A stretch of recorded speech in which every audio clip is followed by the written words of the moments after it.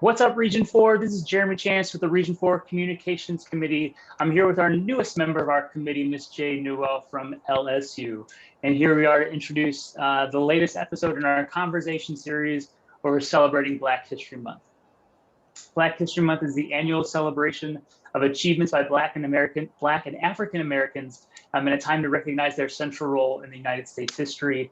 This month is dedicated to highlighting and celebrating Black excellence. Here in Region 4, we're no different. We're ready to highlight and celebrate our Black and African American colleagues.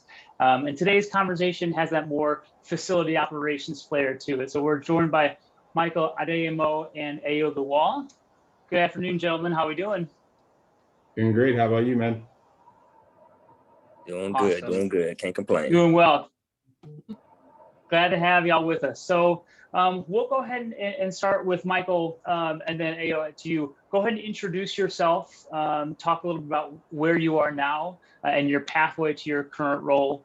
Michael, we'll go to you first. Okay. So I'm Michael Adeyemo. I was born and raised in the great city of Dallas, Texas. I'm a first-generation American. My family hails from Lagos, Nigeria. As far as going into the field, I went to Texas A&M University Commerce for my bachelor's, studying athletic training.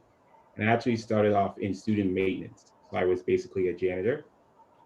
Was very fortunate to switch over to operations and have my NIRSA epiphany, as I call it, going to a Region 4 conference at UTSA and discovering campus rec and figuring out that this was my passion. From then on, hit the ground running, was going to every conference I could, ended up getting a graduate assistantship at Angelo State University as a kinesiology GA.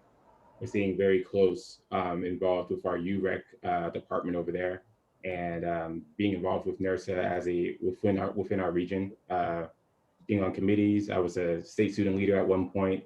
All those collective experiences got me to where I am now. Got here in 2017 at Sam Houston State University as the coordinator of informal recreation, and was wheeling and dealing. And I think this past June became assistant director of informal recreation. And so I've been here since. Awesome. Ayo, how about you? So for me, my journey started back at the University of Texas at San Antonio.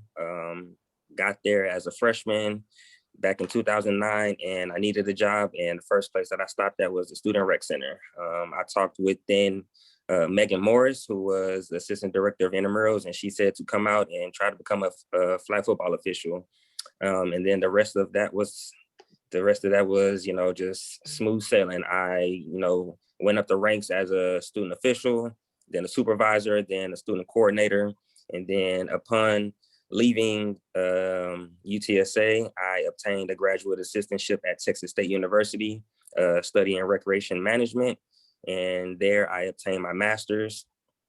After leaving Texas State for those 2 years, I was able to apply and get a job at Prairie View A&M University as the intramural sports coordinator.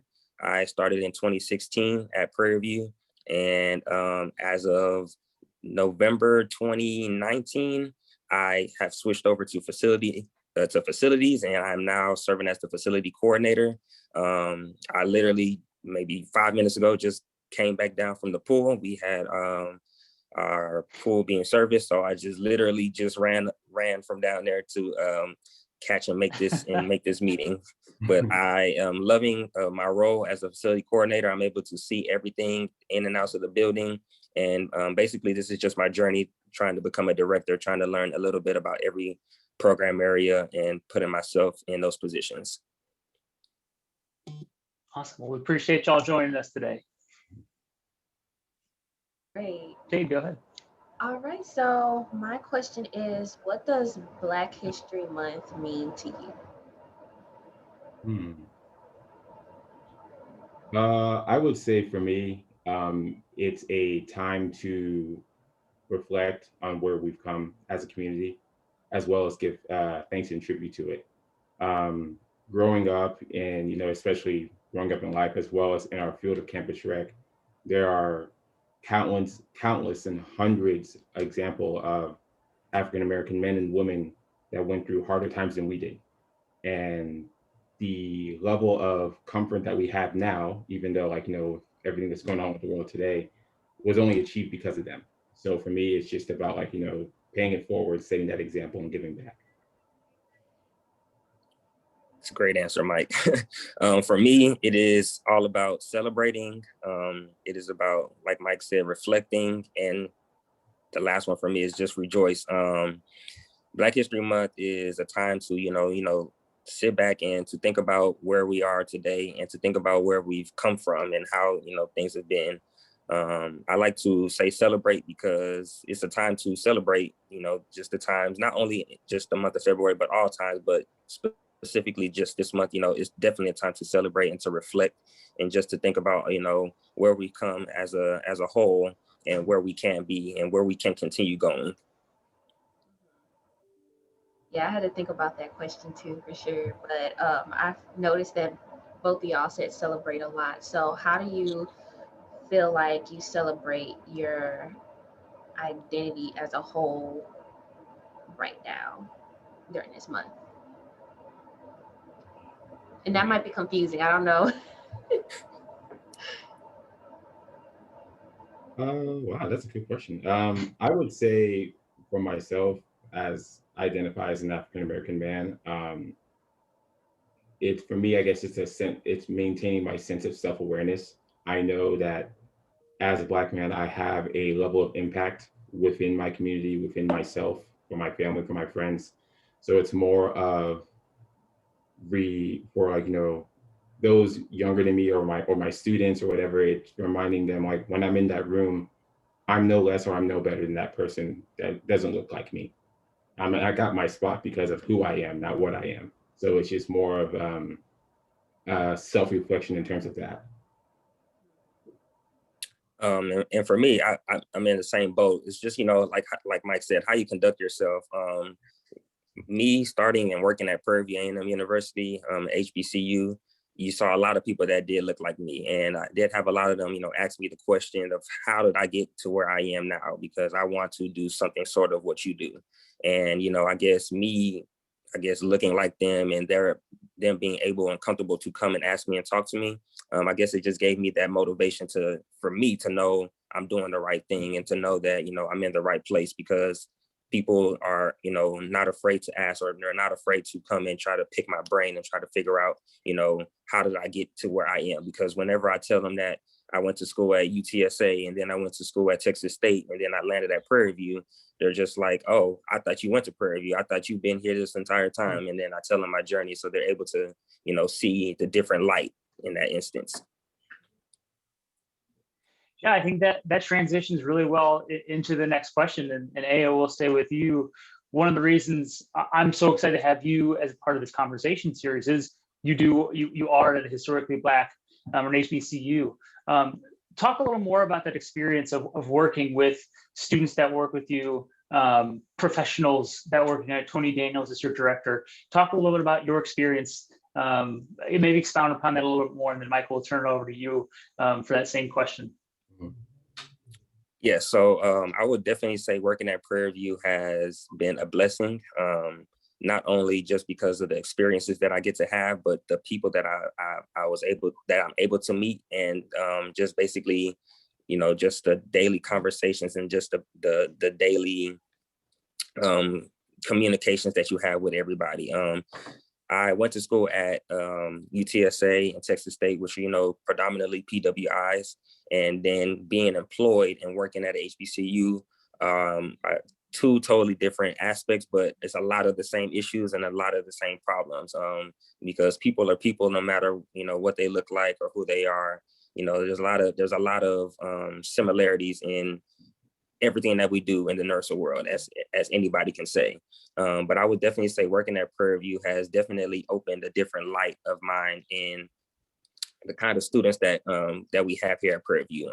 We have some of the brightest, we have some of the most incredible students that anybody can ever ask for, but a lot of people may not think that, those kinds of students reside at HBCUs and whatnot.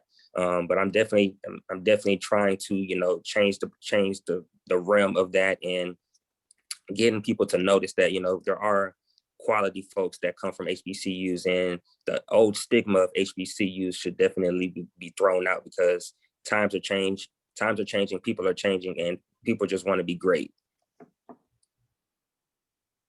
Yeah, we're glad you can have this platform to champion that. Michael, talk a little you about your experience with working with students or other professionals who may look like you, if you've had that experience. Yeah, I will definitely say that coming to Sam Houston, I would, in my times at Commerce and at Angelo State, is probably the most diverse staff I've ever been a part of. At Commerce, I would say it was like a very even blend of different races and cultures. And then when I go to San Angelo, far West Texas, there was a time where I was the only person of color that was on our student staff. So it was just something that was quite a shock coming down here, especially in Huntsville, like so close to Houston. We're not too far away from Austin and Dallas. We're kind of like in the melting pot of Texas, and seeing other people of color, seeing even other Nigerians, other Africans. So it was a unique experience for me to interact with them on a level that I never thought I would have to in our field. But going through that, and I think they kind of see that as well. They would ask me, what was it like going to San Angelo? What was it like going to Commerce? They're both on different sides of the state, but yet somehow we're rival schools. So that was something that's still dropping around my head. But I would give them like experiences I came across of, whether it was my time as a grad assistant or my time as an undergrad and the opportunities that we had with it. But since then, it's definitely given me the whole full circle perspective. Experiences that I've obtained from both institutions, I'm able to help my students out with that when they're going through something similar. And since then, it's been pretty great. Awesome. Thanks for sharing. So both of y'all kind of talked about how y'all represented yourselves to students and how other students have been interested in the field. But who are some icons or role models that you have that might have either kept you in recreation or just as a whole? That's a long list. Yeah, I have a list. We got the time. We got the time. I would say at my time in Commerce, and in fact, I'll say I probably wouldn't be where I am today if it wasn't for they're no longer in the region anymore, but Al Diaz, who's now at Oregon, and Grace Grindstack, who is now at UNC Wilmington. They were both my assistant director and grad assistant. They took me out of student maintenance and then put me in operations, and then really paved that path for me going into Campus Rec. And then since then, meeting people along the way, Carlos Garcia, Tony Daniels, John Hernandez, getting to Angelo State and studying under Dr. Warren Spider Simpson and learning everything through that.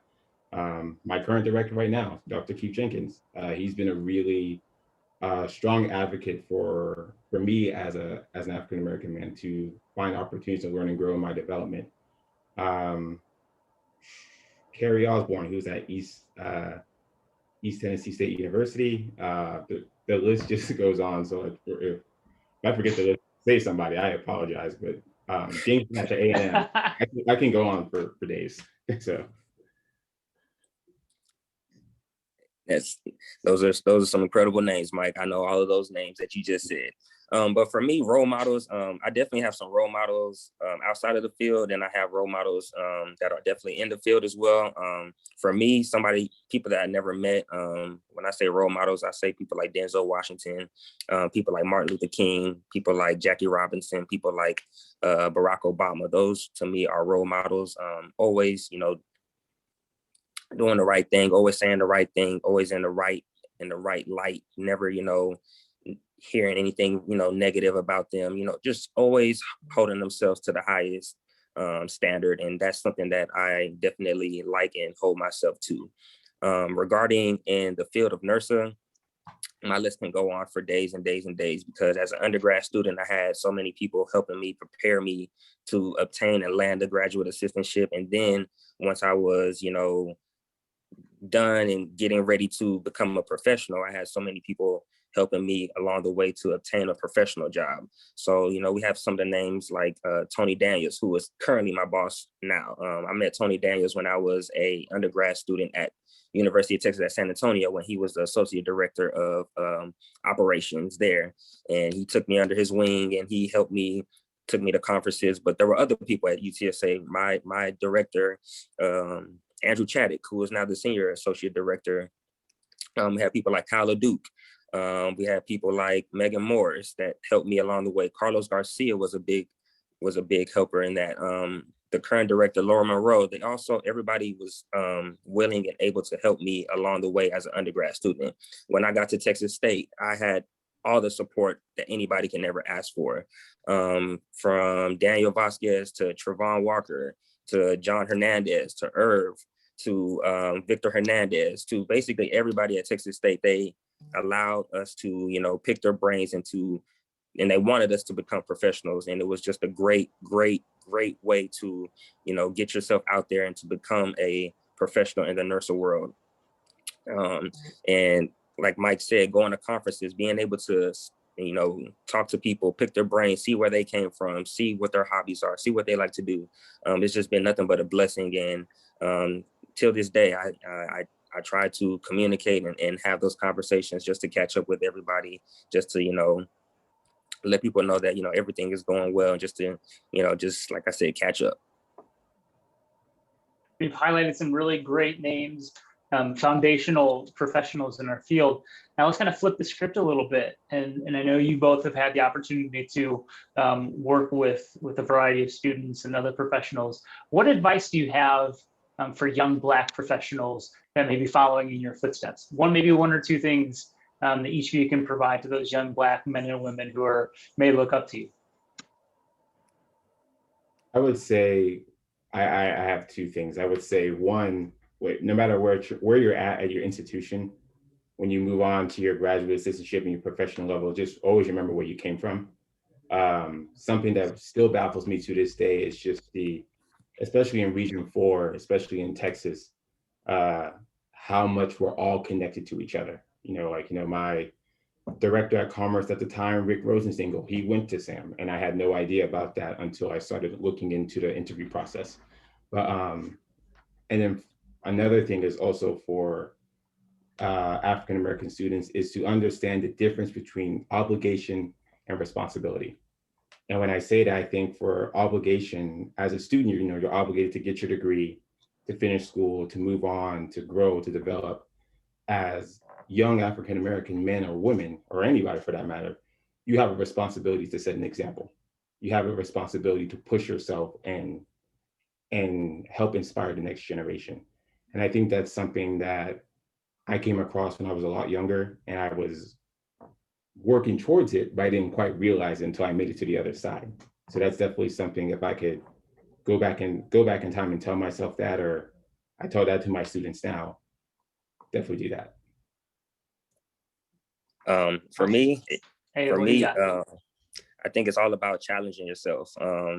What I didn't realize when I was back at UTSA was there are many people that are doing what you do in all parts of the country. There's coordinators everywhere. There are assistant directors. There are directors on all over the country in NIRSA.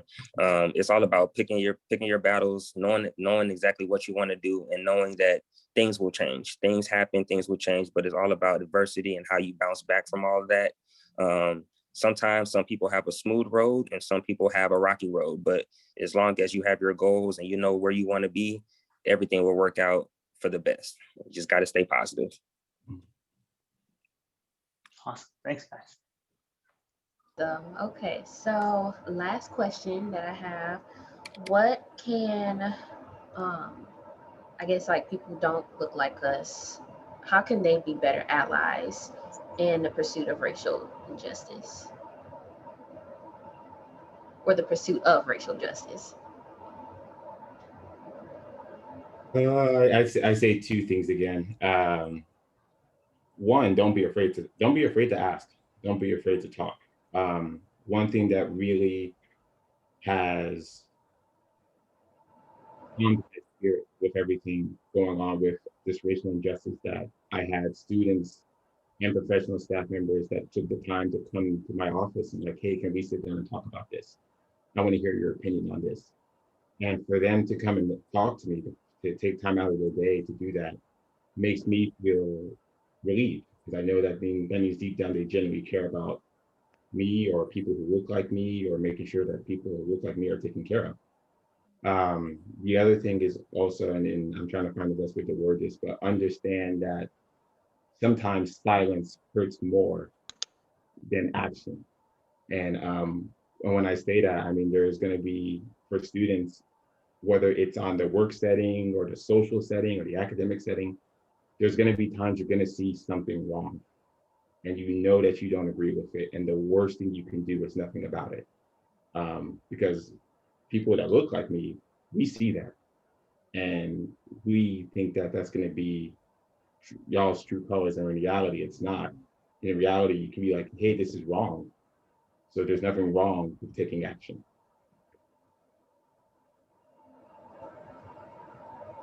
And for me, it's really simple. It's being able to, I guess, remain unbiased and to be able to listen. Sometimes I feel like a lot of people speak out of term or speak on certain things that they don't really know exactly, how it affects them or how it works, or this, that, and the other. For me, like I said, it's all about listening, because you can learn a lot if you listen and you don't speak out of turn, or you're just speaking to be defensive or whatnot, because I know a lot of things push people's buttons and a lot of things may irk people, this, that, and the other. But if you listen to what people are saying, generally 9 times out of 10, you will understand where they're coming from, and you'll be able to see and understand what they're feeling. Awesome. Thanks for sharing that. And again, hopefully, we can use this platform to elevate, celebrate your voices, use those tools to help that pursuit of that racial justice. So Michael, Ayo, thank you for the conversation. We really appreciate hearing about your stories, your experiences. Region 4, thanks for tuning in, and keep your eyes open. We got some more episodes coming out as we continue to celebrate Black History Month. Thanks y'all for joining us. Take care. Thank you for having us. Thank you. Have a good one.